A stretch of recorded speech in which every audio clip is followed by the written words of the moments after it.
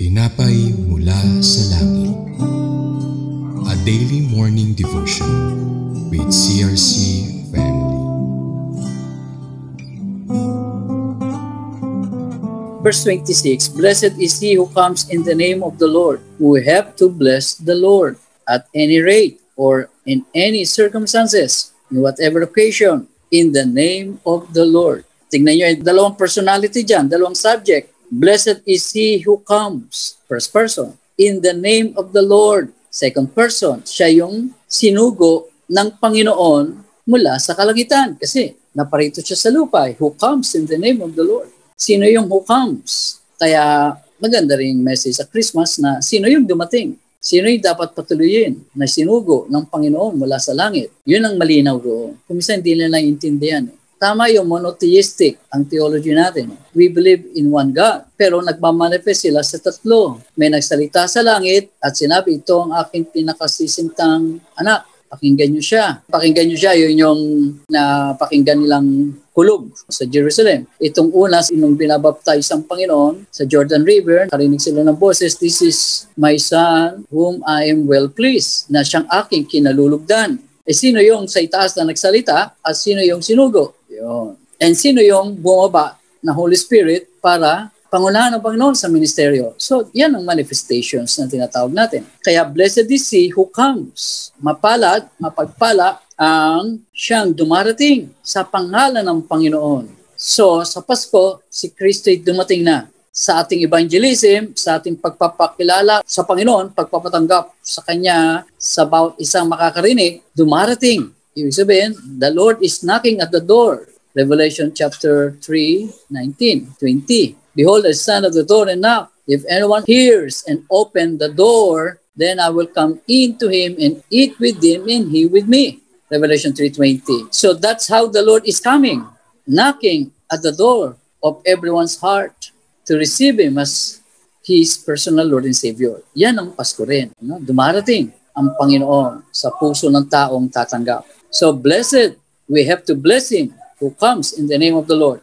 We have blessed you from the house of the Lord. God is the Lord and who has given us life. Bind the sacrifice with cords in the horn of the altar. Kaya sa Paskong ito, may liwanag. Kailangan maliwanagan po ang bawat isa sa pagdating ng Panginoon. You are my God and I will praise you. So whatever situation you are in, whatever circumstances surrounding you or affecting you, it is the Lord that must be declared. Siya pa rin ang dapat i-assure natin, pahayag, pakilala na darating at dumarating at darating pa muli para maghari sa buong mundo na siya lamang, wala nang pwedeng magtakwil sa kanya, wala nang pwedeng umagaw pa ng kanyang trono, wala nang Diyos-Diyosan, wala nang precision sa Jerusalem, sasamba ang tao dahil nandoon ang seat of power ng Panginoon sa Jerusalem. Bilang hari ng mga hari at Panginoon ng mga Panginoon. Ang maganda doon, wala nang idolatry. Wala nang ibang pangalan tatawagin. Wala nang ipuposisyon. Sapagkat blessed is he who comes in the name of the Lord. Meron pa bang iba? Wala na. Kaya kasumpa-sumpa ang gumagawa ng may counterfeit ang Panginoon o mga muted idols, kasumpa-sumpa siyempre yon. Sa unang utos ng Panginoon, huwag kang gagawa ng anumang kawangi sa langit, pa sa ilalim ng lupa, wherever, na may space na gagawa ng veneration o gagawa ng pakakabanalin na isang imahen o hinugisan na anyo, ayaw ng Panginoon yun. Kasi ang kanyang mensahe, blessed is he who comes in the name of the Lord. No one else. Wala nang ibang dumarating sa pangalan ng Panginoon na sa langit nating Ama, kundi yung kanyang sinugo na Mesiyas, ang Kristo, ang Anointed One, na siyang ating dakilang manlolobos. Tayo po yung muko at manalangin. Panginoon, salamat po at natutunan naming magtiwala sa iyo, manalig at sa pagdiriwang ng Kapaskuhan ito. Wala nang iba kaming sasalubungin at pagpapalain, kundi ang pangalan mo lamang, Panginoon. Wala nang iba, walang pwedeng sumingit, walang pwedeng kumapit. No more attachment of any name that is already named who comes in the name of the Lord. Wala nang ibang pangalan, Panginoon. Wala nang ibang Diyos-Diyosan ang pwedeng makisabit o umagaw pa sa panahon sa iyo. Pagpatawad mo ang aming bayan dahil hindi naman tunay na Kapaskuhan ang kailang pinagdiriwang o pagdiriwang na may ibang kahulugan o may ibang prioridad, may ibang focus. Subalit kami, Panginoon, ay sumasamba sa iyo bilang mga lingkod mo at ikaw lang po focus namin sa aming mga puso. Attentive to your voice and sensitive to the presence of the Holy Spirit to help us see the light in the midst of darkness. Kaya ang salibutan ito, kahit sa gitna ng kadiliman, sa gitna ng kahirapan, sa gitna ng pandemya, we still proclaim that Jesus is He who comes in the name of the Lord, God our Father. Save now, O Lord, I beseech Thee. I beseech Thee, O Lord, send now prosperity.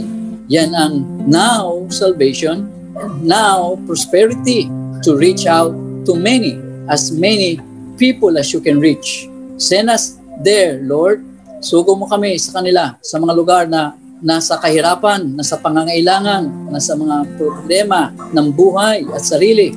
Those who are sick, those who are in poverty, let the poor hear your message. Salamat po, Panginoon. Narito kami para isugo mo sa kanila. Isugo mo sa mayayaman para sila ay walang ibang gagawing Diyos-Diyosan sa buhay nila, kundi blessed is He who comes in the name of the Lord. Tulad ng sinalubong ka, Panginoon Jesus, ng araw ng Palaspas o Palm Sunday na aming pagdiriwang ng Holy Week, first day of the week, your triumphal entry as victorious King who conquered the battle. At sinalubong ka na may mga sariwang dahon, bulaklak, at carpet na nilalatag sa iyong daraanan, whatever and however they have done that, to honor you. At sabi doon ay, blessed is He who comes in the name of the Lord. Salamat po, Panginoon, nakita ka nila na sinasalubong ng pagpapala. Kaya kami rin sa pagbabalik mo, sasalubungin ka rin namin na may pagpapala.